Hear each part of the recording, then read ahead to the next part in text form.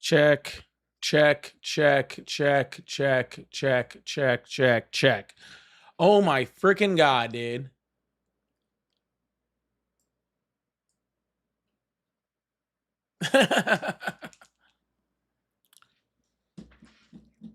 Holy crap.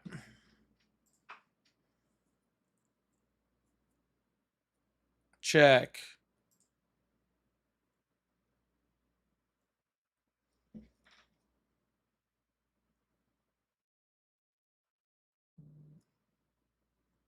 Now there's an echo.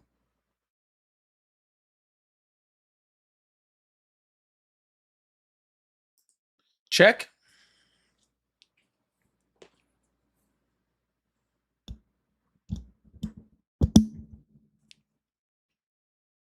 All good? Jesus Christ. I literally just restarted my computer because it needed updates and it took out everything and I didn't realize it till right now.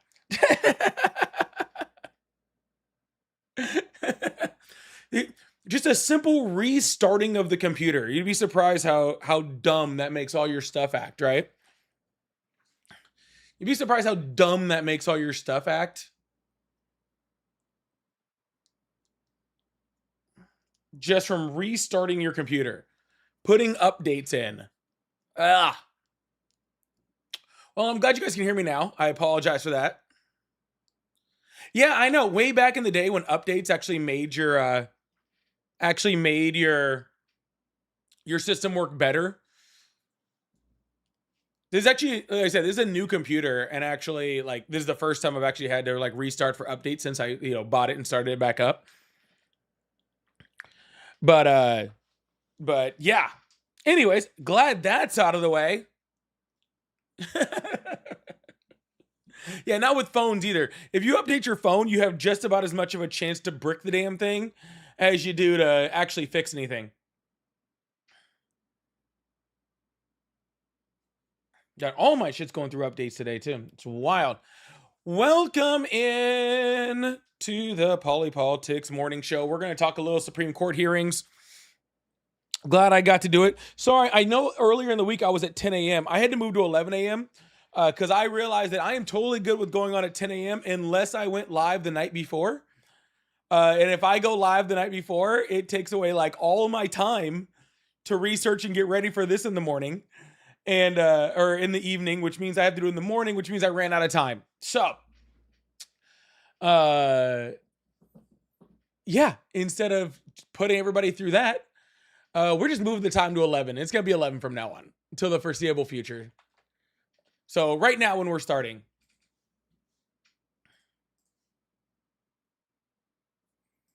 yeah, gives me time to be a little bit more awake. Gives y'all time to.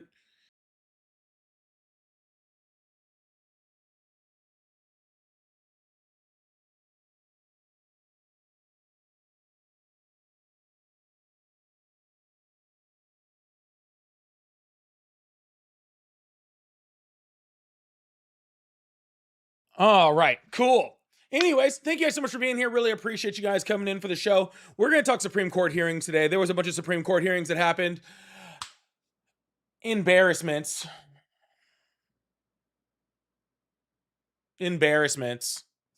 Absolute embarrassments. Before we get started, I want to say thank you to Cassandra for the 5. Said getting the train started first thing in the morning.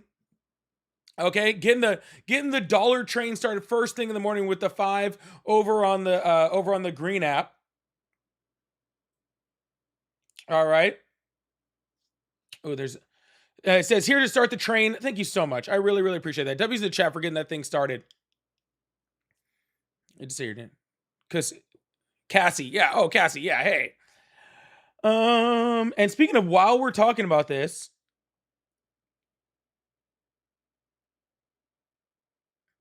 so we're going to talk about this, but there was actually just breaking news that just happened with Tom Tillis and what he said about Todd Blanche. So I don't want to forget about that. I want to get back to that also. What a complete embarrassment from our Congress. What a complete embarrassment from our Congress, and an embarrassment of people that are being nominated for these positions. Remember, like back in the day, people actually, that became like nominated for these types of things actually were qualified, actually were people that you actually, wanted to look up to, wanted to respect. Were they all perfect? No, absolutely not. Were they all perfect? Absolutely not. But the level of embarrassment that is happening with these nominees is just absolutely crazy.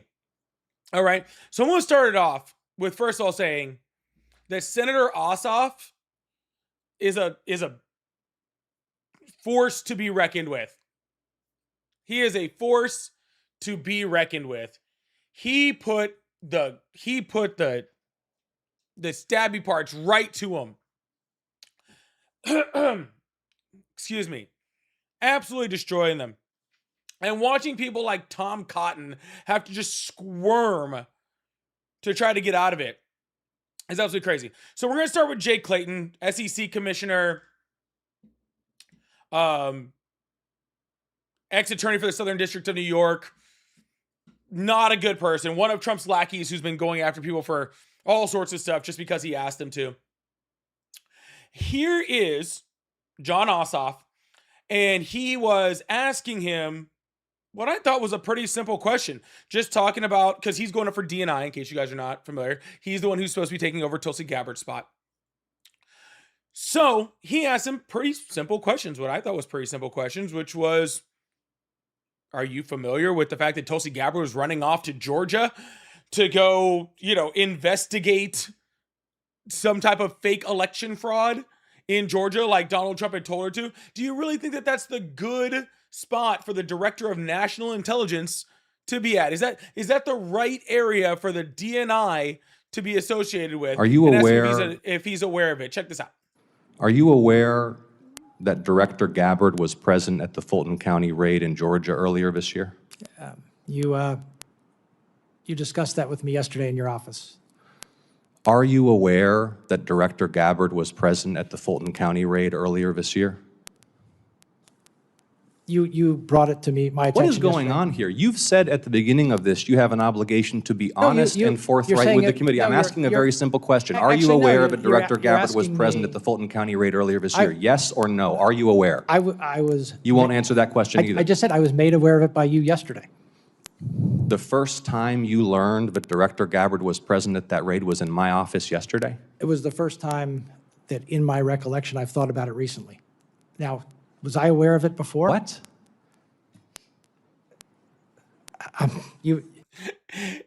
Sorry, I had to pause it there for a second. It was the first time in my memory that, what did he say? Hold on. I aware of it before? What? That in my recollection. That Director Gabbard was present at that raid was in my office yesterday? It was the first time that, in my recollection, I've thought about it recently. It was the first time that in my recollection I thought about it recently.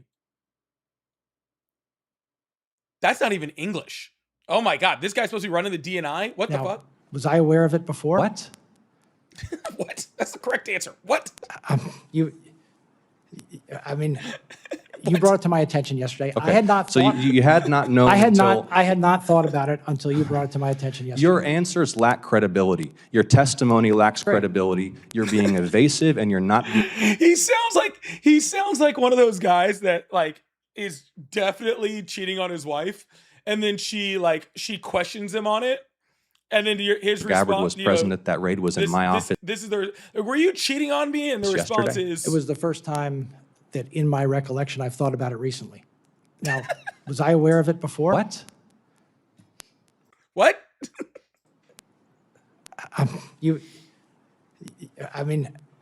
You brought it to my attention yesterday. Okay. I had not thought... So you had not known I had until... not thought about it until you brought it to my attention yesterday. Your answers lack credibility. Your testimony lacks credibility. You're being evasive and you're not being candid or forthright. And everybody across the country is going to watch this and know that. Are you aware that former Director Gabbard testified that her presence at the raid was, quote, requested by the president?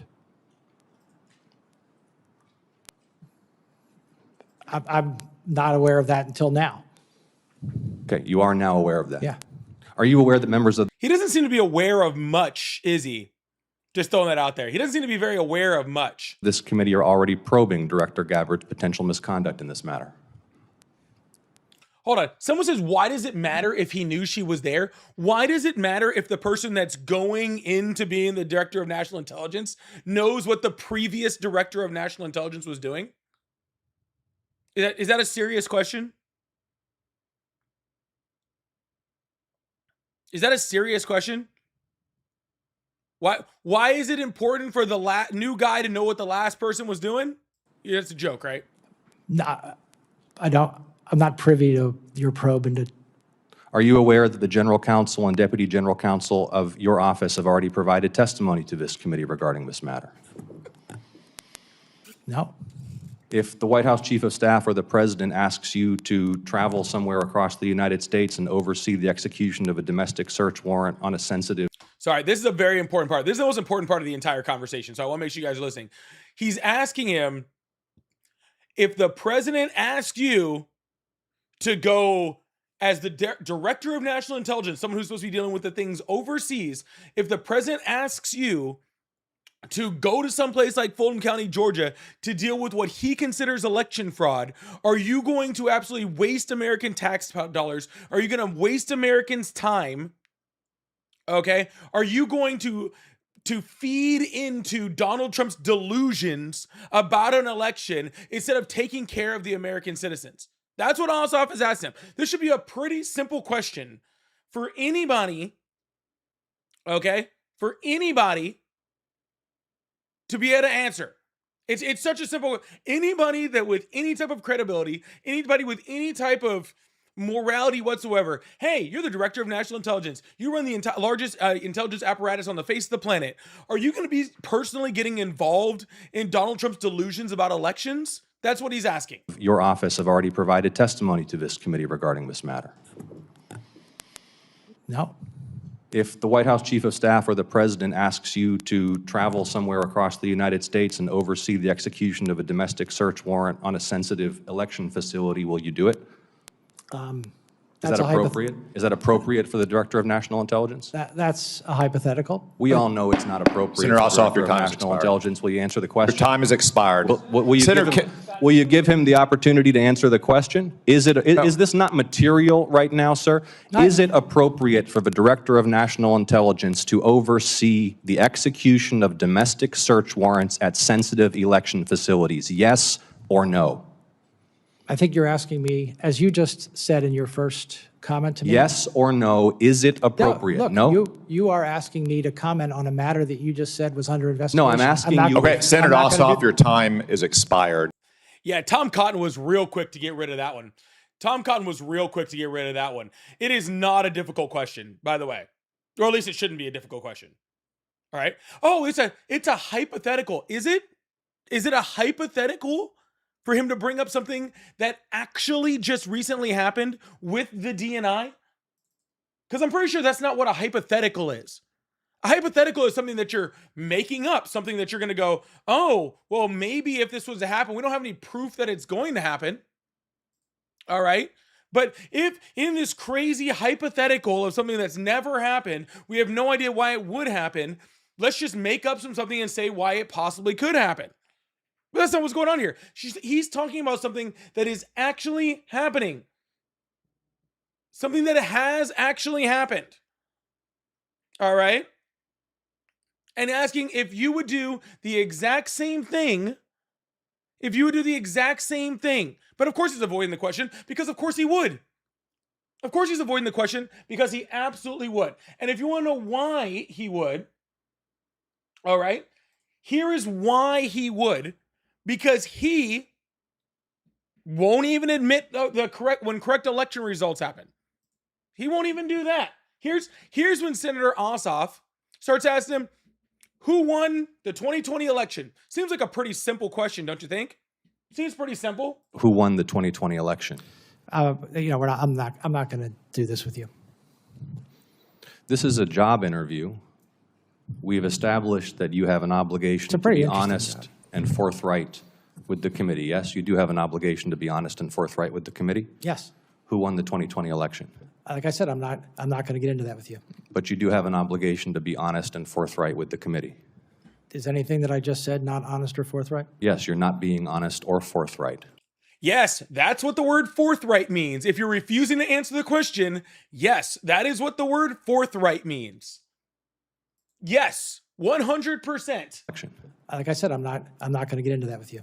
But you do have an obligation to be honest and forthright with the committee. Is anything that I just said not honest or forthright? Yes, you're not being honest or forthright. Who won the I think I've 2020 answered the election? question. We can keep doing this. Well, we're going to keep doing it because you're not being honest and No, forthright I'm with not the going to committee. engage in the theater. It's a simple question, Mr. Clayton. And I've answered Who it. won think so. the 2020 presidential election? I've answered it. You're here asking for the support of senators to lead America. You notice how they all do that now? You notice how they all do that now? None of them, not a one of them, is actually willing to say that Donald Trump lost the election. None of them. Not a single one of them. We're seeing all of these confirmation hearings over and over and over and over, and no one is willing to admit, none of these Republicans are willing to admit that Donald Trump lost the election. Okay? None of them. No integrity at all. And to be very, very clear, they all know that he lost. They all know that he lost. But he's just in there like, nope, not gonna do it. Not gonna do it. Listen, he's just squirming. It's a simple question, Mr. Clayton. And I've answered Who it. won the 2020 presidential election? I've answered it. You're here asking for the support of senators to lead America's intelligence community. We've established that you have an obligation to be honest and forthright with this committee and with the American public, but you It's refuse to insane. answer a simple matter of fact about the 2020 election. Is that right? No, that's not right. Then answer the question. Who won the have 2020 election? I have answered the question. Answer it. What is your answer? I've given you my answer. What is your answer? You refuse to answer a basic question about who won a presidential election, No, but you asked to lead America's intelligence community? Isn't it humiliating to be unable to answer this question, to have to indulge the president's delusions? It should be embarrassing. It should be insanely embarrassing. It should be incredibly embarrassing. As how old is Jay Clayton? I don't even know how old Jay Clayton is. He looks like he's in like his 60s, right? Maybe a little older. To be grown like that, okay? To be grown like that, and to sit there and just completely ignore, like just, oh, nope, not going to answer it. I'm going to sit there. And while another grown man just pretty much, John Ossoff was literally like, yeah, you a whole bitch for this one. He's 60. God, he's a rough 60. I'm not going to lie. He's a rough 60. Presidential election, no, but you asked to lead America's intelligence community? Isn't it humiliating to be unable to answer this question, to have to indulge the president's delusions? We know, you know, everybody in this room knows the truthful answer to that question. Why can you not give it? I think I gave you the answer. But that's okay. First of all, like I said, John Ossoff is doing a great job of making his how do you say? Of making his case for, I don't know, president, vice president. Dude deserves something someplace. I'll tell you that much. All right. Dude deserves something that much. All right. You know, I was going to say, first of all, whoever's asking for video, if you guys are on my TikTok, I'm not playing the video because TikTok is a crybaby little bitch that, you know, doesn't like me playing videos. But if you go over to my YouTube, I am actually playing the videos over there. So if that's something you're interested in and you want to see it with full everything, then you can go over there. No, you don't have to. But guess what? John Ossoff wasn't the only one that was asking the Senate, asking Clayton who won the election? It's such an insanely important question that they refuse to ask. And there's another video, I think I might have it, where John Kennedy is like, I don't know why Democrats want to play this game. All right. I don't know why Democrats want to play this game asking everybody who won the election. It's a dumb question. Why do they keep asking it? But here's Mark Kelly. You might know Mark Kelly from being the person that Donald Trump tried to or have prosecuted for telling military members not to obey illegal orders. So you might remember him from that. So guess what question he has asked? I'll give you two guesses. So can you tell me why Joe Biden was certified as the winner of the 2020 election? I'm going back to my constitutional law here, but I don't want to continue to have debate about this, but I believe he had the most electoral votes. So he won the election.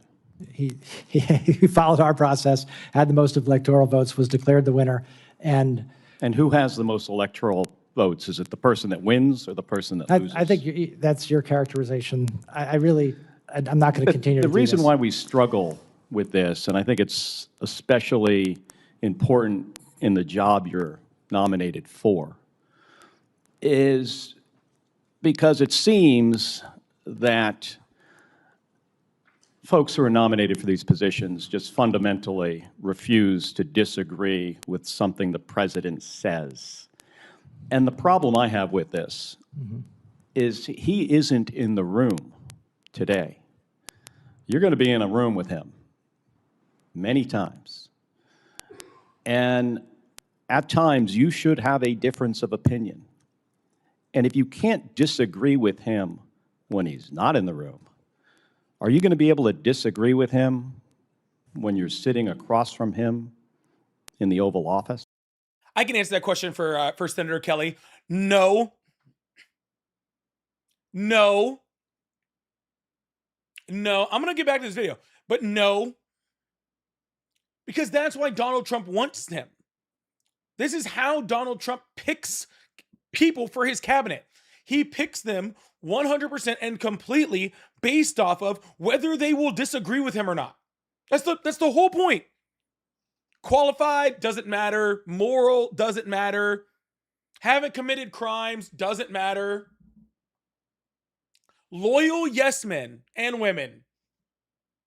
Loyal yes men and women. That is all he wants. Loyalty is whatever I say as this pseudo dictator, is whatever I say going to go? Is it going to pass? All right. Doesn't matter whether it's legal, whether it's moral, anything. All right. I'm not going to sit there and waste our time with that. And this is what they're doing. They're not applying for DNI, like in this case, or where we'll get to Todd Blanche in a little bit. They're not applying to actually do the job. They're applying to get the approval, the rubber stamp of Trump saying, I will not disagree with you. I will not say anything about you. I can't claim things like an obvious election win. He will say, he literally in this video says, well, Biden was inaugurated because he had the most electoral votes. And the person with the most electoral votes did what? Oh, can't say when. Can't say won the election. That would piss off Daddy Trump, huh? Or the Situation Room. That's what I struggle with, because this job is different. This job, it's not about softening the edges when the truth is unpleasant. It's about delivering information and making sure the president understands that information. And by the way, people risk their lives to get this information.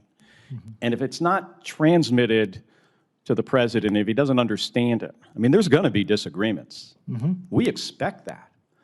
But I really struggle with this, especially in your position, because you can't disagree with him on this, because he doesn't like the fact that he lost in 2020. Look, as you said, Joe Biden was certified because he got the most electoral votes. That means he won, mm-hmm. But you still refuse to say that. And I was sitting at the SEC, when this occurred, and I can tell you that maybe people worked harder, but I don't think anybody I know worked harder to make an effective transition to my successor at the SEC. I don't even know what that last part meant. Anyways, they're all a bunch of shills, okay? Especially this one, especially Jay Clayton. Just a complete shill, right? He was questioned over and over. This person is not qualified to run the DNI, all right? This person isn't qualified to run a Foot Locker, okay? What are we talking about here? All right? This person's not qualified to run your local Subway. All right? If you as the SEC commissioner, as an attorney, right? Because he was the U.S. attorney for the Southern District of New York, can't manage to say, okay? Can't manage to say simply, just easily and simply, Donald Trump lost the 2020 election. I heard something else today about this election too thing. Where I watched a video on it, which I thought was just absolutely so good. Just to be clear here, when we talk about the election, I don't want to get too far into it because I do want to get to Todd Blanche and his testimony on the Senate floor. But isn't it kind of wild, right? Isn't it just a little bit crazy that under Obama, when the Democrats were in charge of the government, all the elections were legitimate and Trump won. Right? Then Trump comes in, and while the Trump and the Republicans are in power, suddenly there was all of this election fraud, and the elections were completely rigged and completely wrong, according to Trump, while he was in charge. And then Biden won. And then Biden comes in, and all of a sudden, all the elections are fair, and Trump wins. Like, let's be clear here. This election that they're claiming was so off, was so wrong, was the one that happened under them. The times that Trump won were the times that Democrats were running it. But suddenly, apparently, when the Trump administration is running the election, then all of a sudden, when all of a sudden it's fraudulent, all of a sudden there's all these problems. All of a sudden we're having issues. All of a sudden there's fake votes or mail-in voting, which Donald Trump has done the entire time, is somehow wrong. How come whenever it's under Democrats, Republicans win, and when it's under Republicans, Democrats win? How come the one that they complain about the most was the one under the Trump administration?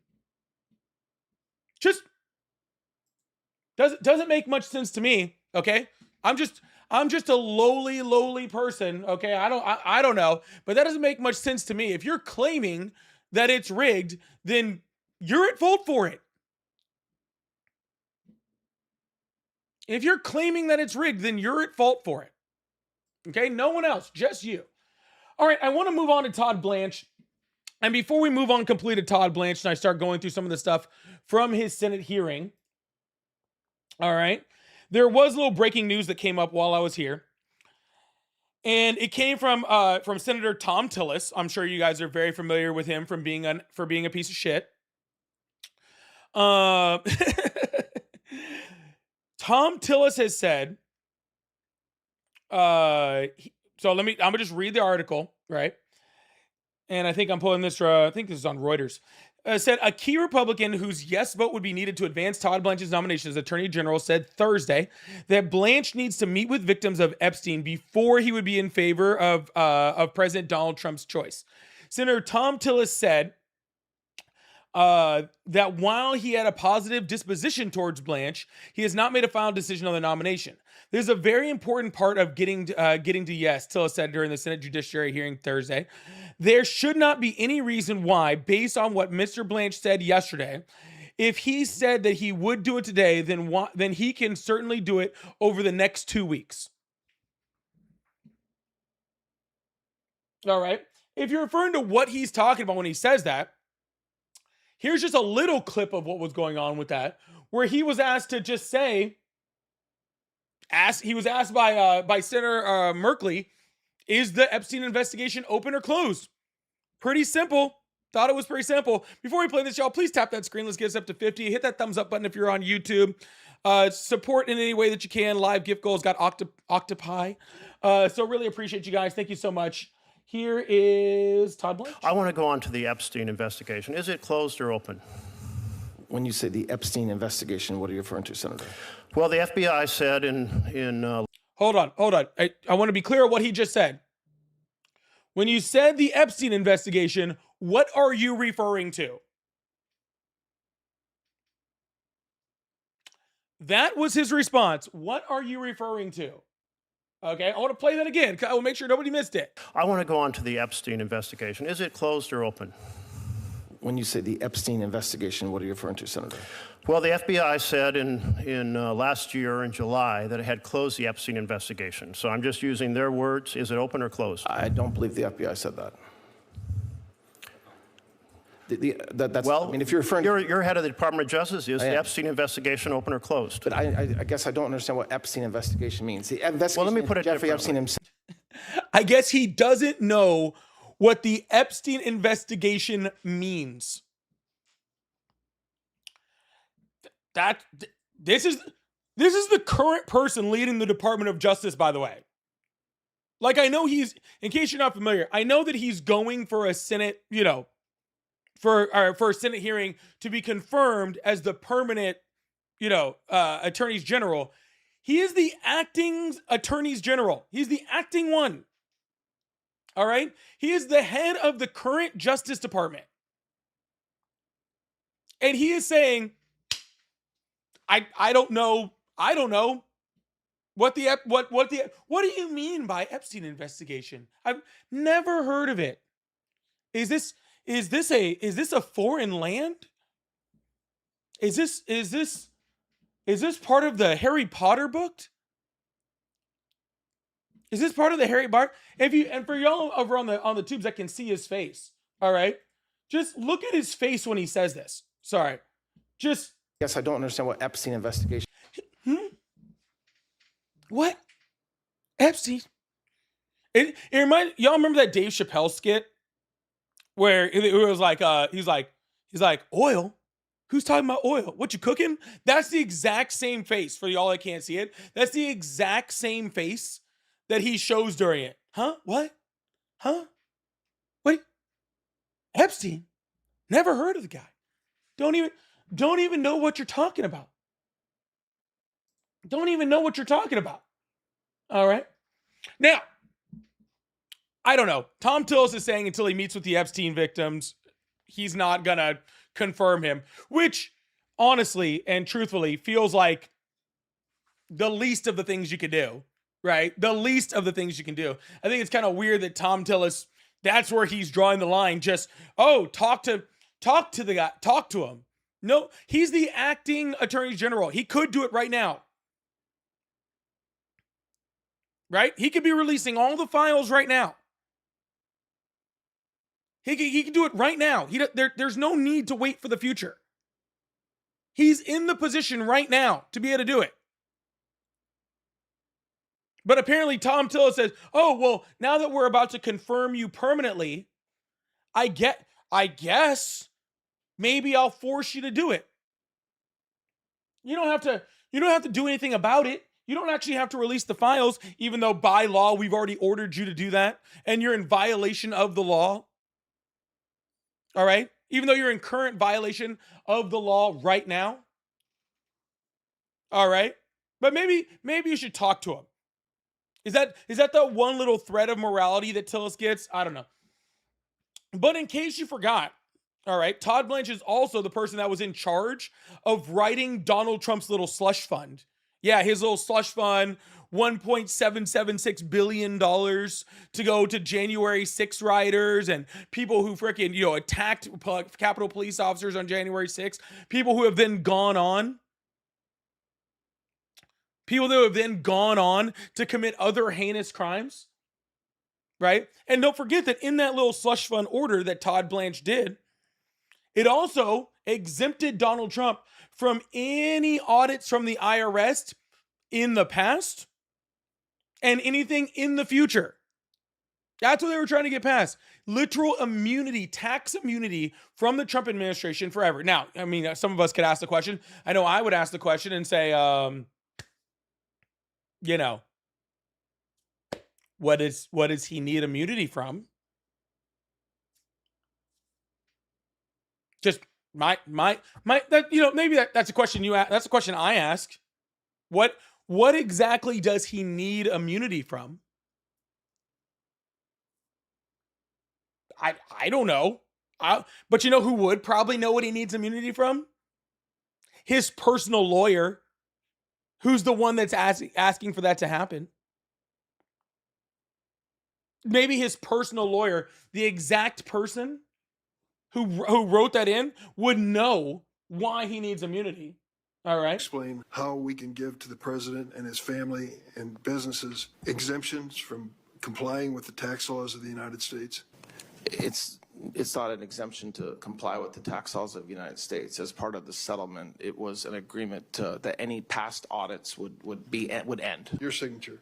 The United States releases, waives, acquits, and forever discharges each of the plaintiffs when it comes to tax liability. That's how it reads. Pretty sweeping. You don't believe that is a discharge forever from liability? Of any past filings, yes. All right, it is. How do you explain that to the American people, everyone in this room, all of us on this side? We have to follow the tax laws of the United States to the point of even criminal prosecution. Why did you decide that President Trump and his family and their businesses should be exempt from that same responsibility? As part of the settlement between the IRS and President Trump and some of his family, 2 of his sons and his organization, as is typical when there's a settlement between plaintiffs and the IRS, part of the settlement included release of any past audits. It does not give any protection to the president, his family, or his organizations for any taxes they file. If they filed it the day of that I signed that agreement, or the day after, they have no protection. No matter what their liability, no matter what their violation of tax law, you signed a document that forever discharged them from any legal responsibility. How often do you think that's been done in the history of the United States? Involving the president of the United States, I'm not sure it's ever been done, but this type of settlement is done regularly. It's hard to explain to the American people that no one is above the law when that type of document was signed by you, forever discharging family and that president from any liability for violating the tax laws. No. First of all, that's a complete lie. No, it's not. This is not common. This is not common at all. It is not common for anyone to, first of all, sue the IRS, then settle their own lawsuit with the IRS to get $1.7 billion, right? And then excuse themselves from all future prosecution. That's not real. He's making that completely up. That is not real. That doesn't happen. It never happened. Okay? It's never happened. Okay? Stop. All right? This is a blatant attempt, right? People talk about how there's different laws for poor people than they are for rich people, right? And we talk about that, and I will give it to some credit that usually at least the rich people, right, try to hide it.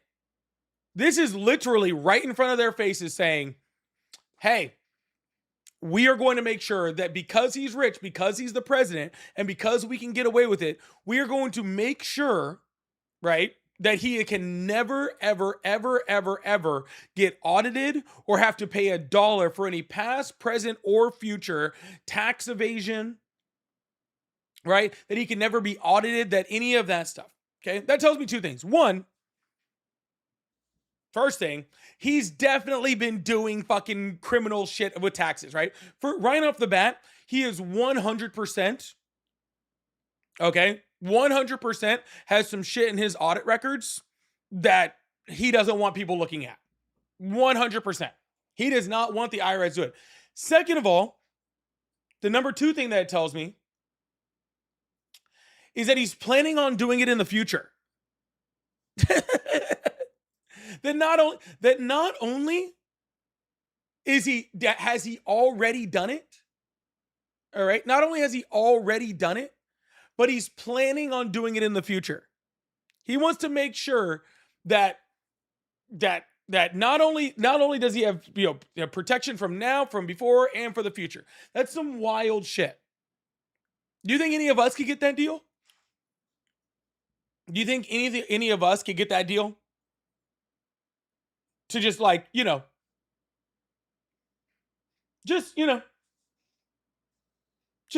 hey guys, I know you guys messed up my tax. Hey IRS, I know you messed up my taxes, and I had to do like an amendment to my taxes. Right? Could you guys do me a favor and just make it where you can never audit me ever again? Can you just make it where in the future too, I'm going to do a whole bunch more tax crime later. Can you just really, really ensure me that you're never going to do it in the future either? That would really mean a lot to me. Oh, you guys are awesome. Thank you guys so much. I really, really appreciate it. That's a joke. Now remember, all right, that these people, that this whole slush fund, that again, Todd Blanche, the person they're trying to make the full-time attorneys general,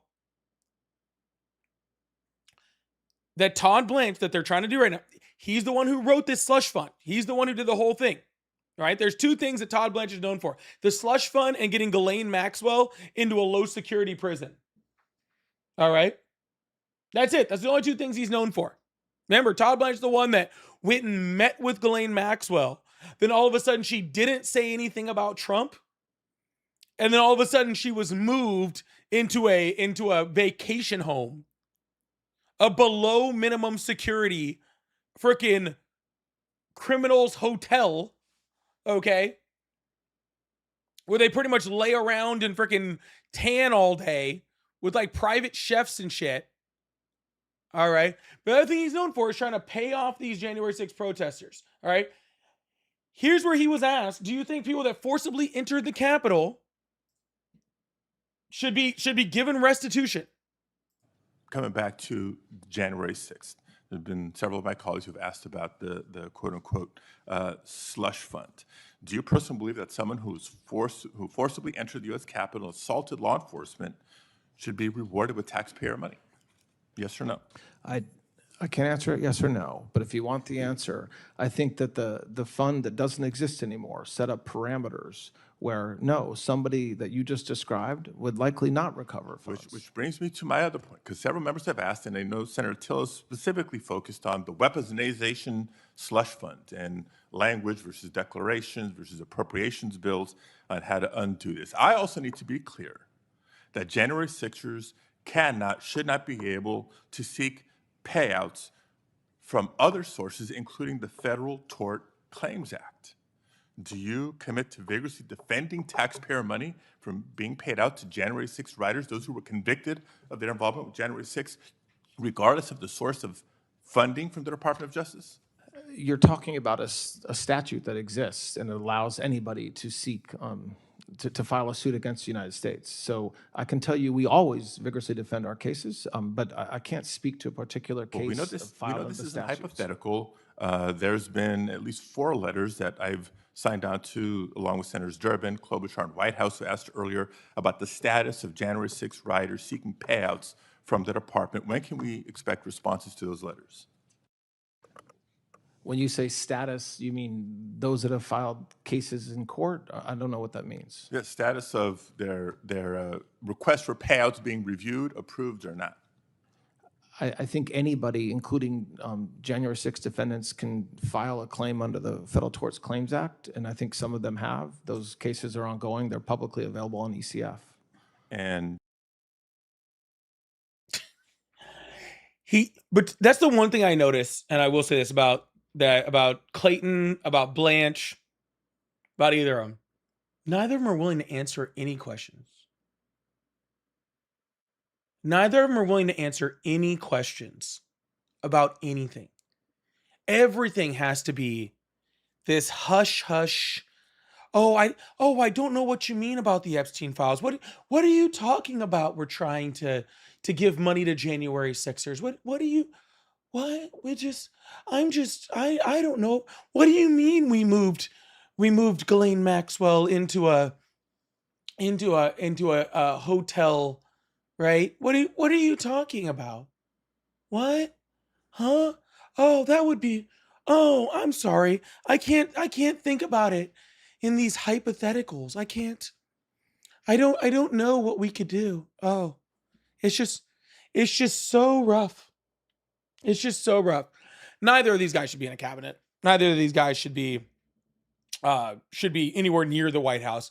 I'm just very happy that we had people like, like Senator Ossoff and other really awesome senators, Mark Kelly, who went in and actually held these folks' feet to the fire, right?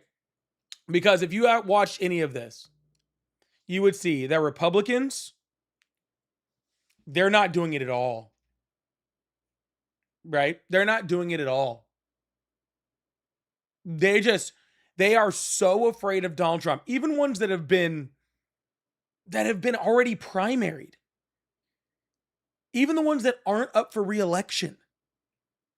They're so afraid of Donald Trump. Okay? They're so afraid to push back at all. Even when they know that they're wrong. Even when someone won't answer a question about the 2020 election. Even through all this, all of them, they will never, ever admit that they know something. These guys know that they're wrong and they're just pushing it through regardless. Please, for the love of God, vote in the midterms. Please, for the love of God, vote in the midterms. Y'all, we are going to play one more video, go through one more little subject, and then I'm going to open up the phone lines for a little bit. If anybody wants to call in, anybody feels some type of way about any of this, they're more than welcome to call in. The phones are already open, so you can call in, and I will get to you as soon as we're done with this. If you guys like to support the live, I have the Octopi gift up there. We're like 2 of 20 in there. If you guys got a couple extra Octopi hanging out and you'd like to help support the live goal, I appreciate it. Also, I have the live goal up here for the tips. All the pay links are at Polypolitics, whether that's Cash App, Venmo, PayPal.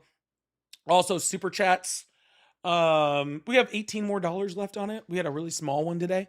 And I got some messages from people who have sent. So if you guys like to support that way, I really, really appreciate it also. So thank you guys so much. We have almost cleared that sucker out. Yeah. So I really, really appreciate you guys. Thank you so much. And tap that screen. Let's get this thing up to 50,000 likes too. All right. Well, I think the biggest news of the day, in case you haven't heard from Pete Hegseth lately. All right. In case you were wondering where's Pete been, and you're like, man, I don't know where he's at. Apparently he's been hatching this giant plan to give gender affirming care to military members. In case you guys were wondering. Here's him talking about it. At the Department of War, we have the most elite warriors on the face of the earth. Every single day, you are pushed to your absolute physical and mental limits to master the profession of arms. We demand your all, and you give it. But while we invest heavily in our weapon systems, platforms, and gear, our most decisive tactical advantage will always be the individual warfighter. We have a sacred duty to maintain that advantage, which is why we must constantly look for new ways to optimize your performance, your resilience, and your long-term health. And to meet that commitment today, I'm authorizing a new screening program for testosterone deficiency for our service members, ensuring you have the right testosterone levels to operate at your absolute best. Because it's well-established science that as we age, testosterone levels often naturally drop. Under the supervision of our world-class medical professionals, warfighters age 30 and older are going to be tested annually as part of their periodic health assessment. It's a health assessment that happens every year. We're just adding this test. Those under 30 can voluntarily choose to get the test as well. If treatment is recommended, it's entirely your choice to receive testosterone replacement therapy. This initiative, it's not about artificial enhancement. It's about restoring and optimizing your natural capabilities, protecting your longevity, and ensuring you have the biological foundation required to sustain the fight. We owe our warriors the absolute best medical care in the world, and this program delivers on that obligation.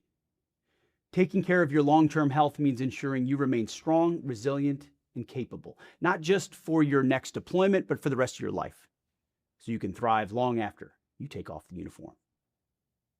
As we know, the modern battlefield is brutal and unrelenting. It requires and demands maximum psychological and mental readiness. And by addressing these health markers early, we're keeping you on the leading edge of lethality and giving you the same level of support that you give this nation, the absolute best. Godspeed, keep going, and God bless. That's gender-affirming care. Hey guys, that's gender affirming care. I don't know if you know this or not.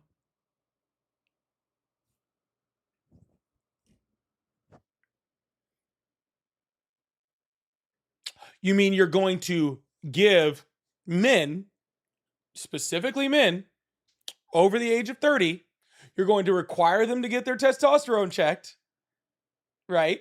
And if it doesn't fall within the limits, you're going to give them hormone therapy to give them higher levels of testosterone, which is more associated with men.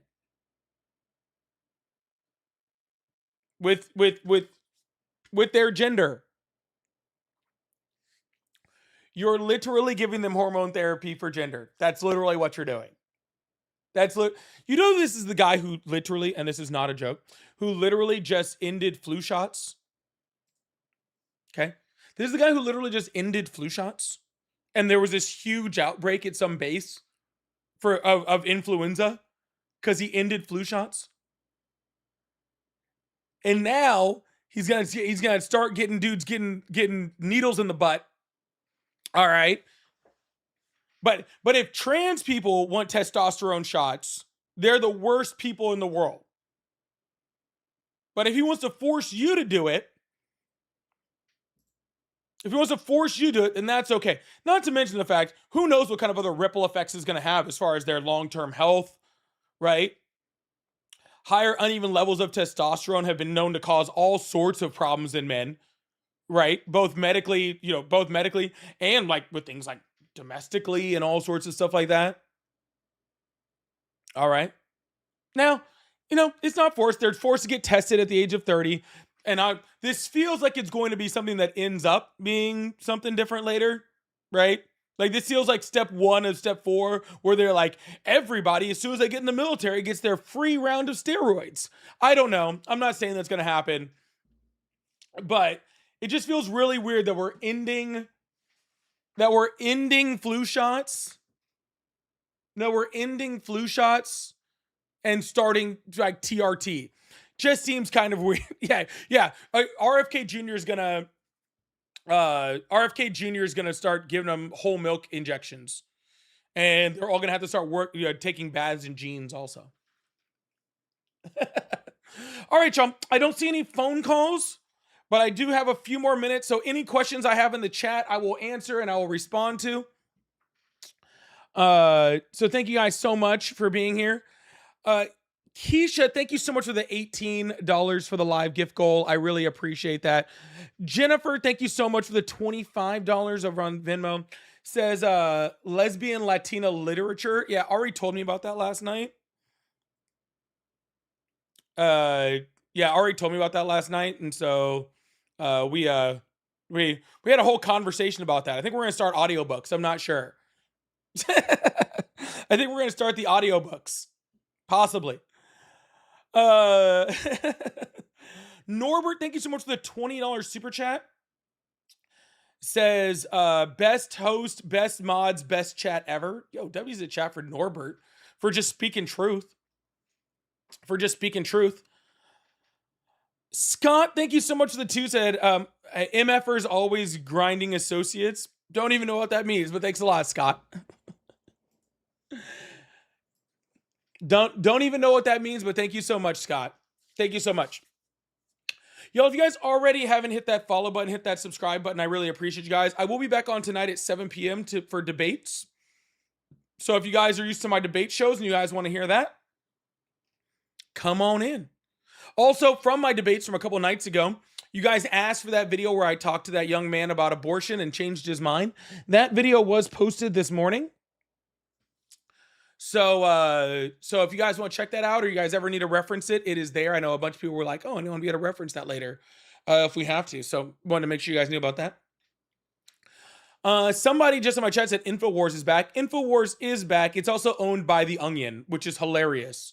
If you guys know anything about The Onion. Like, that's just absolutely hilarious. All right. The Onion is fucking great. I love The Onion. They're so awesome. They're so awesome. And it's I hope you guys know this about The Onion, because I'm not going to probably like do a whole like conversation about this, but if you don't know this, all right. So about The Onion, Alex Jones was trying to devalue InfoWars to make sure that the Sandy Hook victims couldn't get paid for it. That's what he was trying to do, so he could buy it back at pennies on the dollar and not have to pay the Sandy Hook victims any of the money. The Onion literally leased it to keep the value up and then bought it to make sure that the Sandy Hook victims were paid out of that settlement. Because that's the reason why Alex Jones had to sell it, was because he got sued by the Sandy Hook victims. And so The Onion is doing God's work. So, and I think they're actually giving a percentage of the money they make off The Onion to the victims of Sandy Hook also. I'm pretty sure. So it's okay to watch InfoWars now. All right. It's okay. You can do it now because they're cool. All right, y'all. I'll be back on tonight again, 7 p.m. Central. With normal debates and all that fun stuff. So go check it out. I got to go eat lunch because I got an interview in an hour that I got to prep for. So hope you guys have a wonderful wonderful afternoon, and I will see you guys tonight. All right. Love you guys. Bye.